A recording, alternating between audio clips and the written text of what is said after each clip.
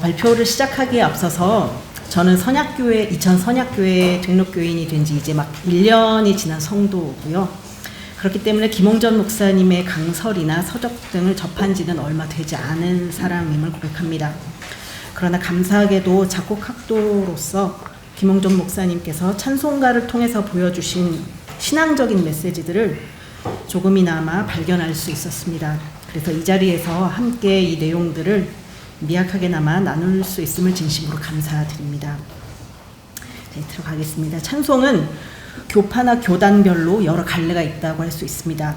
보편적이고 공적인 교회로 모여서 회중으로 드리는 예배에서 각각의 신학과 전통에 의해 정해진 형식과 식순에 따르는 찬송이 있고, 교회원들이 개인적으로 모여 자신의 신앙의 고백과 서로를 격려하며 위로하는 찬송도 있고, 하나님과 1대1로 드리는 개인적인 찬송 등이 있습니다. 이 중에서 오늘 나누고자 하는 찬송은 첫 번째 공적인 의미의 찬송입니다. 오늘날에는 예배의 각 식순과 그에 따른 형식의 의미와 중요도가 설교에 비해서 덜 중요시되는 현상이 있으나, 설교뿐만 아니라 각각의 식순과 그 형식도 중요합니다. 특히 식순마다 그에 맞는 형식과 방법 그리고 목적을 따라서 작곡된 찬송 역시 중요하다고 할 수가 있습니다. 칼빈이 예배와 직분을 개혁했다고 한다면 김홍전 목사님은 예배의 찬송을 개혁했다고 할 수 있습니다. 위에서 언급한 것과 같이 예배의 각 식순의 목적과 내용을 잘 깨달아서 그에 적합하고 각 식순마다 하나님께서 받으실 만한, 또한 하나님 앞에 합당한 찬송을 목적의식을 가지고 작곡을 하셨습니다.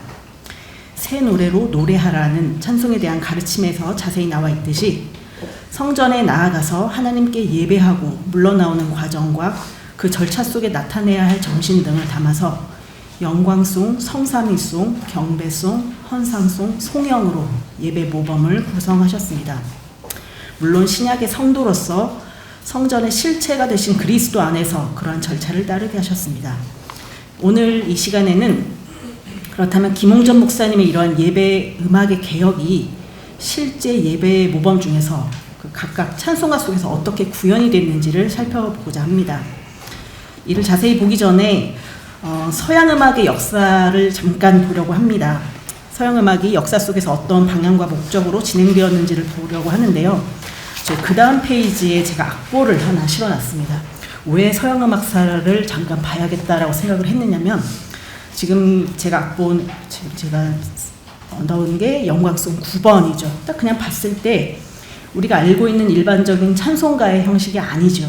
코랄 형식이 아닌데, 이런 곡들이 몇 곡 있어요. 찬송가 몇 곡 있고, 꼭 이런 지금 모방 자유모방 이제 형식 말고도 굉장히 옛날 음악의 그 형식을 따르고 있는 거를 있다라는 걸 파악을 제가 했고, 그렇다면 이 형식들이 지금 1600년 아니면 1700년 정도의 음악 형식이거든요. 근데 1900년대 20세기에 곡을 쓰신 작곡가이신 김홍전 목사님이 왜 17세기, 18세기의 음악 형식을 왜 사용을 했을까? 그거에 대한 의문에서 서양 음악사를 먼저 좀 살펴봐야 되겠다라고 생각했습니다. 첫 번째 이제 중세 그리고 르네상스 시대. 중세는 이제 대략 300년에서 1400년, 그 다음에 르네상스는 1400년에서 1600년 정도. 이때는 음악이 종교 음악 중심이었고요. 그 다음에 음계가 교회 선법이 많이 쓰였습니다. 이거는 이거 좀 나중 설명드릴게요. 그 다음에는 보편적인 형식. 이 얘기가 뭐냐면, 지금처럼 그냥 어떤 정경을 생각하고 상상해서 내가 원하는 대로 작곡을 하는 시대가 아니고 정해진 그 규칙들이 있었어요.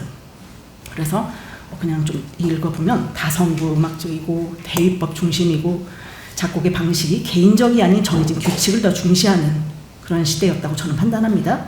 그리고 성악 음악 중심이었고요. 그 다음 두 번째 바로크.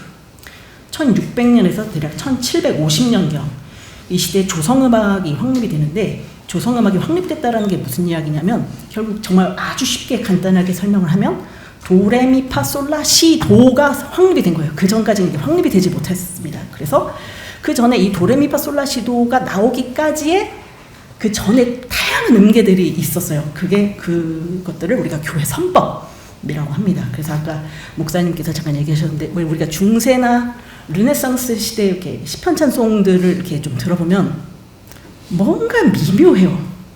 뭔가 좀 불분명하고 약간 모호한 것 같고 방향도 조금은 잘 모르겠다 싶은 게, 왜냐하면 이 시대는 이 조성이 확립되지 않았었기 때문에 그렇습니다. 근데 이게 이제 바로크 시대부터 조성음악이 확립이 되고요. 이 시대에도 보편적인 딱 그 형식적인 음악들이 주를 이뤘습니다. 그래서 이제 점차 이 시대부터는 이제 종교음악에서부터 세속음악으로 중심이 옮겨지고, 이제 이게 좀 중요한데, 다성부 음악, 그러니까 예를 들어서 이제 우리 다 김홍전 목사님 요 찬송가를 보통 보시잖아요. 그래서 헌상송이 뭔가 경배송 같은 거하고 약간 다른 거 느끼지 않으세요? 보통 경배송 이런 것들은 소프라노하고 나머지 성부들이 같이 가요. 근데 헌상송은 뭔가 소프라노 먼저 나왔다가 약간 비슷하게 엘토 나왔다가 뭐 베이스 나왔다가 테너 나왔다가, 이게 다성부 음악입니다. 폴리포니. 그 다음에 화성 음악은 예로 경배송의 그런 코랄의 형식, 우리가 알고 있는 찬송가와 같은 그런 형식, 화성음악으로 점차 바뀌어가게 됩니다. 그다음 세 번째, 고전주의는 1750년에서 대략 1820년 정도까지인데요. 그 전 시대 바로크 시대에 확립된 조성의 체계 위에서 보편적이고 일반적이고 객관적이고 형식미가 가장 중요한 시대입니다. 그리고 이 시대에 교향곡하고 소나타 형식이 확립되었습니다. 그리고 베토벤의 후기 작품에서부터는 이 형식과 체계가 무너지는 낭만주의가 태동이 됩니다. 그리고 네 번째, 낭만주의는 1820년에서 대략 1900년까지고요. 이 시대부터는 어떤 종교적인 어떤 하나님께 드리는 음악이나 이런 것보다도 내 개인의 표현이 더 중요합니다. 자유로운 음악 중심이고 주관적이고 개인의 가치관이 가장 중요하고, 그다음에 고전주의까지 이어져온 화성학적 그 음의 방향성, 도레미파 솔라 시가 도로 가는 이 방향성, 질서가 나는 그렇게 가고 싶지 않다. 그래서 그런 질서가 부정되기 시작한다고 저는 판단합니다. 그리고 감정 표현이 중시되고요. 그다음 마지막으로 근현대, 대략 1900년부터 현재까지로 볼 수 있습니다. 이 시대에 제가 생각할 때 가장 큰 특징은 질서가 부정된다라는 거고요. 작곡가 본인만의 세계를 표현하는 것이 가장 우선시되어서 일반적이고 보편적인 미를 추구하지 않는 경향이 있다고 저는 판단을 합니다. 그러니까 좀 쉽게 설명을 드리면, 우리가 현대미술을 하면 예를 들어서 사람 얼굴을 그리는데 눈이 여기 같든지 입이 여기 같든지, 이거 같은 맥락이거든요. 나는 그 일반적이고 보편적인 방식으로 표현하지 않겠다. 그렇기 때문에 일반적이지가 않고 이해되지 않고 개인의 개성, 주관성이 가장 중요하다고 볼 수 있습니다. 그리고 음악의 소재도 예전에는 음악이라고 생각하지 않았던 요소들, 소음이나 특수한 주법이나 심지어 침묵, 이런 것들도 음악의 소재로 들어갔고, 그래서 이 시대에는 실험적이고 전위적인 음악들이 많이 등장했습니다. 김홍전 목사님이 작곡가로서 활동하던 시기는 1900년대, 근현대 시기로 이미 이 시대에는 조성음악이나 바로크, 고전주의 음악들, 즉 형식미가 주로 되는 음악들을 작곡하는 것은 시대에 맞지 않는 음악이라고 볼 수 있는 시기였다고 저는 생각합니다.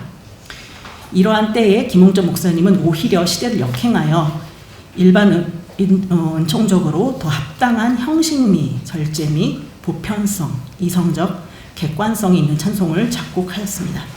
그래서 제가 지금 그 각주 6번에도 보면 제가 그 표가 다음 페이지까지 이어져 있는데요. 김홍전 목사님 찬송들을 딱 두 형식으로 나눠서, 하나는 우리가 일반적으로 알고 있는 코랄 형식으로 작곡된 곡들 몇 곡인지, 그리고 대위법적, 그 대위법 음악이 도대체 뭐냐라고 좀 궁금해하실 것 같아서 제가 그 위에 6번, 그 각주 6번에 대위법 음악이 뭔지도 각주를 달아 놓았습니다. 그래서 대위법적으로 작곡된 곡들이 어떤 곡이고, 그 다음에 대위법적으로 작곡된 곡들은 어떤 형식, 방법을 따라서 철저하게, 엄격하게 작곡을 했는지 그걸 좀 볼 수 있는 표를 만들어 놓았습니다. 네. 76페이지에 있습니다.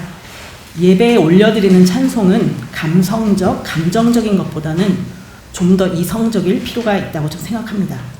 개인으로 하나님께 기도하며 교제할 때에는 가능하겠으나 공적인 예배에서는 내 소소한 감성, 심지어 신앙의 고백보다도 거룩하시고 위대하신 삼위일체 하나님 한 분만을 찬양하고 영광 돌리는 찬송을 해야 하기 때문입니다. 그렇기에 김웅전 목사님의 찬송은 그리스도 안에서 구원을 받은 자로서 하나님을 정상하게 높이기 위해 가사뿐만 아니라 형식에서도 이성적이며 객관적인 미를 추구하고 있습니다. 감성에 호소하는 화성 진행이라든지 좀 인위적이고 인위적인 그런 선율의 도약들을 굉장히 삼가하고 절제하고 있는 것을 볼 수 있습니다. 두 번째로 김웅전 목사님의 찬송은 전통적이고 고전적인 악곡 형식을 갖춘 곡들이 많습니다. 특히 헌상송 9번은 엄격 모방 대입법이라는 방법으로 작곡이 되었는데요. 이는 저의 경험으로는 한국 작곡가에게서는 본 적이 없는 형식입니다. 물론 엄격하게 따지자면은 그 조건에 부합하지 않는 부분들이 있습니다. 좀 리듬의 측면이라든지 성부에 등장하는 순서나 성부의 음들이 그 음력이 좀 맞지 않는 부분들이 있긴 합니다만은 이는 원래 실제 16세기 엄격 모방 대입법으로 작곡을 한다면은 왜 그렇게 이분께서 그렇게 원래 그 조건 그대로 안 하셨느냐면 그렇게 작곡을 하셔버리면 저희가 못 불러요. 우리가 너무 어려워서 그 곡을 부를 수가 없고, 그 다음에 왜 그렇게 되면은 실제 그 가톨릭 음악에서 종교 개혁을 하려고 할 때 어떤 게 음악이 너무 화려하기 때문에, 그리고 음악이 화려하면 리듬이 다 다르면 소프라노, 엘토, 테너, 베이스의 가사가 들리질 않아요. 리듬이 다 얘는 뭐 하나님께서 이러고 있는데 이 사람은 이러고 있으면 내 성부나 동시에 그렇게 해버리면 가사 자체가 들리지가 않기 때문에 그렇게 원래의 엄격한 조건 그대로 작곡하지 않으셨다라고 저는 판단을 합니다. 그렇기 때문에 저는 이 헌상송 9번을 엄격모방대입법으로 작곡된 곡이라고 저는 판단합니다. 이러한 전통적인 형식을 갖춘 곡은 굉장히 중요한데요. 내 마음대로 내 마음에 우러나는 감성 표현할 수 없어요. 즉 어떤 정경, 상황, 분위기, 감정을 자유롭게 노래하는 것이 목적이 아니고 형식을 따라서 엄격하게 예배에 참여하여 함께 찬양하는 자로서 이성적으로 목적의식을 가지고 작곡해야 하는 방법인 것입니다.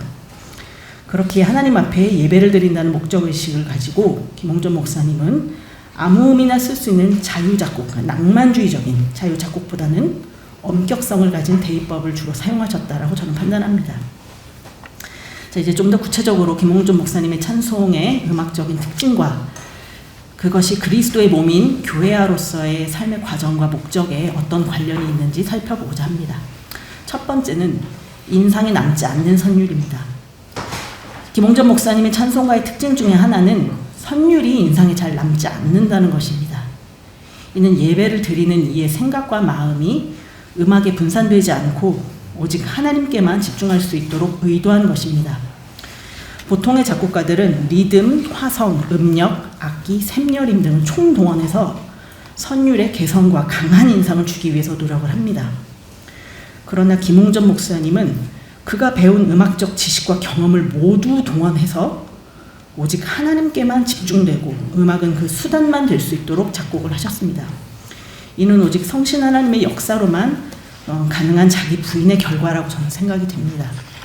제가 이 부분에서 사실 조금 더 말씀을 드리고 싶은 게 있는데, 그냥 이게 들을 때는 그냥 그렇게 작곡을 하셨나 보다라고 생각을 할 수 있어요. 그런데 가만히 생각을 해보면 이거를 공부하기 위해서 정말 돈도 많이 들였을 것이고 오랜 시간 노력을 했고, 근데 정말 열심히 고민을 해서 그 선율에 강한 어떤 개성이 있고 한번 들으면 딱 귀에 들리는 음악을 쓰는 방향으로 다 나아가는데, 그 모든 걸 열심히 배워서 사람들의 기억에 남지 않는 선율을 쓴다라는 건 저는 굉장히 가치관의 혼란이었어요. 그래서 뭐지?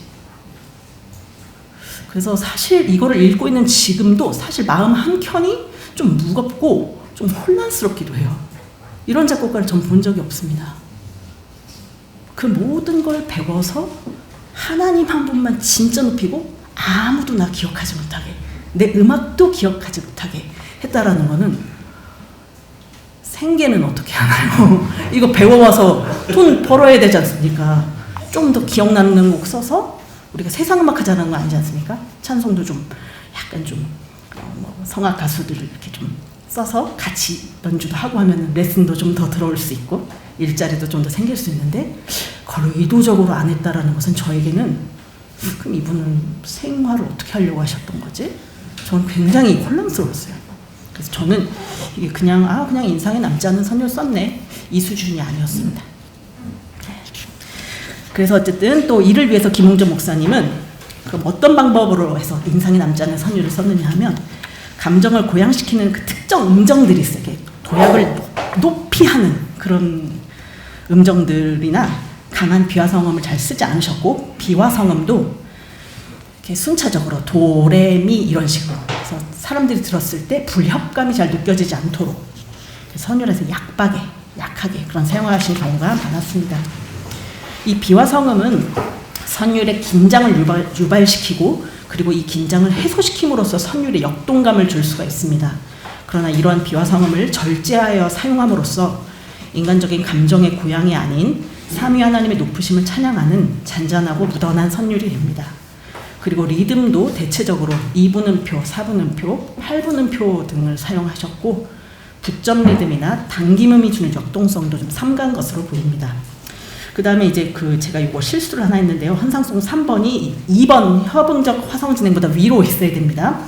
그래서 저희가 헌상송 3번 중에서의 잠깐 이 선율을 보면 자, 선율을 그냥 제가 음을 읽겠습니다. 그러면 파, 파, 파, 라, 솔, 파, 미, 레, 레, 미, 파, 솔, 파, 미, 레, 도. 선율이 지금 이렇습니다. 그러니까 파하고 라를 제외하고는 전부 순차적으로 라, 솔, 파, 미, 레, 미, 파, 솔, 솔, 파, 미, 레, 도. 이게 좀 가장 좀 극적으로 지금 요 예를 볼 수 있는 그런 곡이라고 저는 생각을 해서 제 악보를 올려드렸습니다. 두 번째 음악적인 특징은 협응적인 화성 진행입니다. 자, 지금 제가 올려드린 이 악보, 위 악보는 영광송 1번입니다. 그리고 가사를 보시면 제가 지금 여기서 쓴 게 하늘의 하나님께 영광 찬송 돌리겠네 이 부분인데 가사에서 의 하나님께 보시면 이 부분이 소프라노하고 엘토가 3도 음정으로 병진행한다는 건 같이 가는 거예요. 솔, 파, 미 가면 엘토가 미, 레, 도 이런 식으로 같이 병진행을 하다가 그리고 이어서 그 다음에 영광 찬송 돌리겠네 부분에서는 다시 또 소프라노하고 베이스가 이제는 그 짝이 파트너가 소프라노하고 엘토에서 이번엔 소프라노하고 베이스로 그 짝이 바뀐 거예요. 그 바뀌어서 이번에도 3도 음정으로 이렇게 병진행하고 있습니다. 이런 예들이 굉장히 많아요. 이런 예도 굉장히 많습니다. 그런데 이것도 그냥 그렇게 작곡했나 보다 이렇게 생각할 수 있는데 이런 그 화성 진행을 할 때에도 사실 그 안에 그 사람의 저는 가치관이 좀 들어가 있다고 생각을 해요. 왜냐하면 이 부분들을 제가 저 원고를 쓰면서 나라는 어떻게 했을까라는 좀 연습을 좀 많이 해봤어요. 그래서 똑같은 선율을 놓고 제가 엘토, 테너, 베이스를 이렇게 붙여보면 저는 모든 힘을 소프라노한테 줘요. 그리고 엘토, 테너, 베이스는 다 소프라노를 위해서 조금 다 종속되어 있는 모습으로 저는 화성 진행을 하더라고요. 그래서 그냥 엘토, 테너, 베이스는 너희들 아무 역할도 없어. 그냥 소프라노 밑에서 그냥 소프라노만 보조해. 근데 김홍준 목사님 그렇게 안 하시는 거예요. 항상 소프라노만 독재적으로 하는 게 아니라 같이 나머지 엘토나 테너 이런 애들도 어떤 소외되지 않게. 저는 이게 굉장히 감동적이었어요. 소프라노 한 사람이 다 끌고 나가는 게 아니라 같이.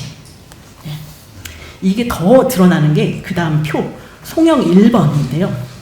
여기서는 엘토, 테너, 베이스 성부가 소프라노 및 서로가 어떻게 화음을 이렇게 이뤄가는지를 정리한 건데요.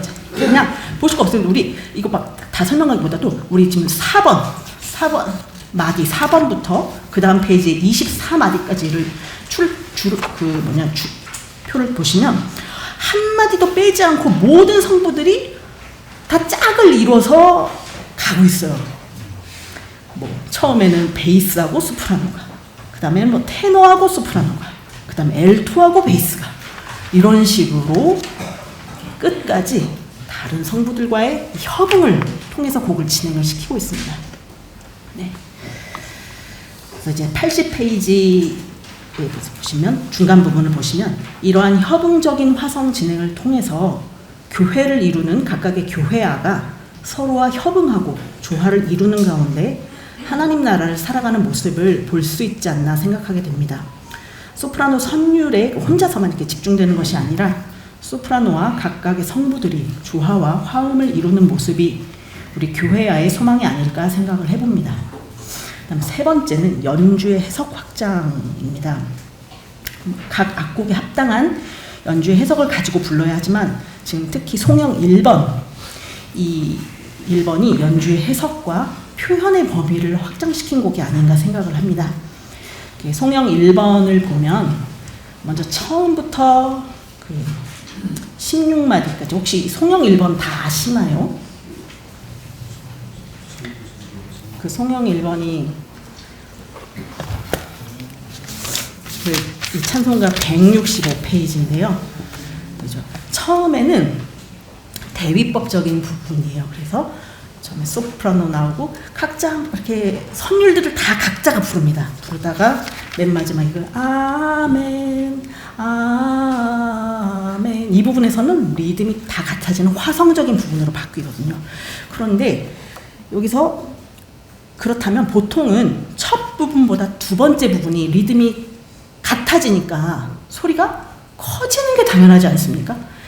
서로 애들 4명이 각자 얘기를 하다가 각자 막 다른 얘기를 하다가 두 번째 부분에서는 같은 리듬으로 같이 얘기해요.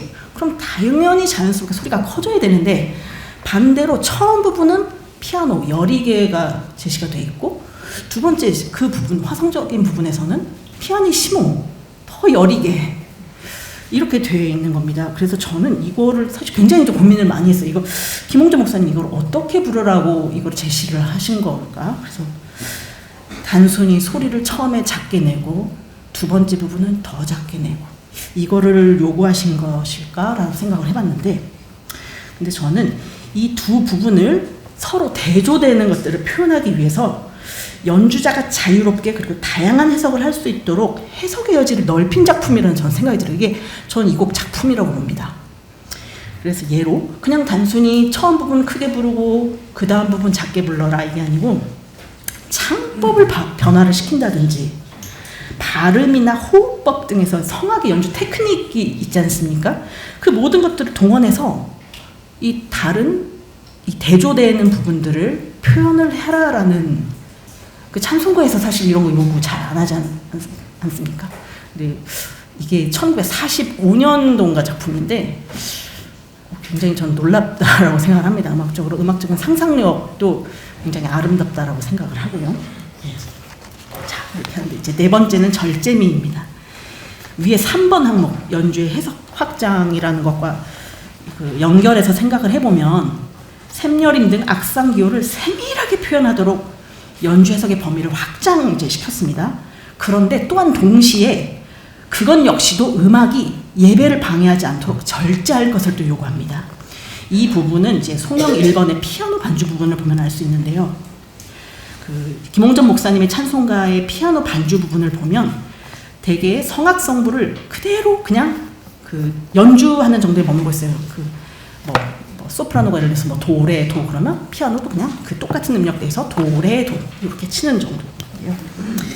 자, 근데 이 정도로 지금 이제 치시는데 우리 지금 앞부분에서 그 송영 1번에서 끝부분 아멘 아멘 이 부분이 피아니시모라고 지금 말씀드렸지 않습니까?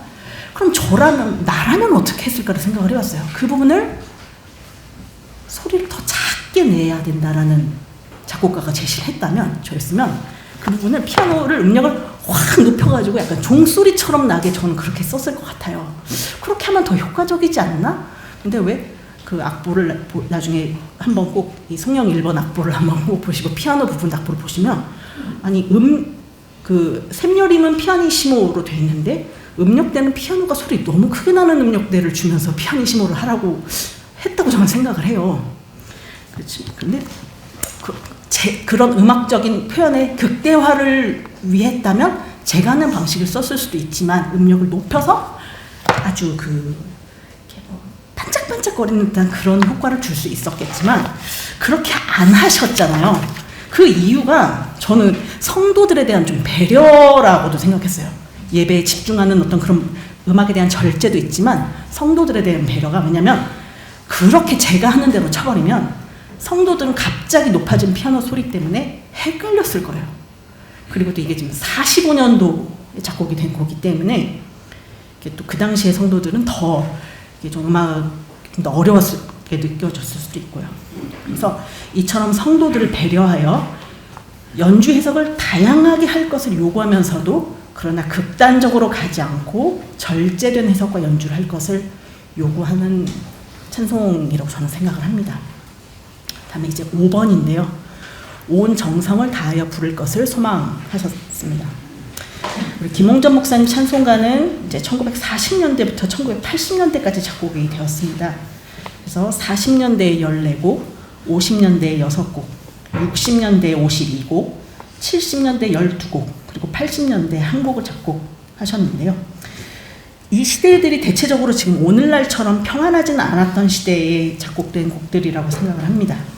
또한 성도들이 생활이 어렵고 나라가 어지러운 가운데에서 지금 오늘날 저희들과 같은 음악 교육을 받기는 어려웠으리라고 생각이 됩니다.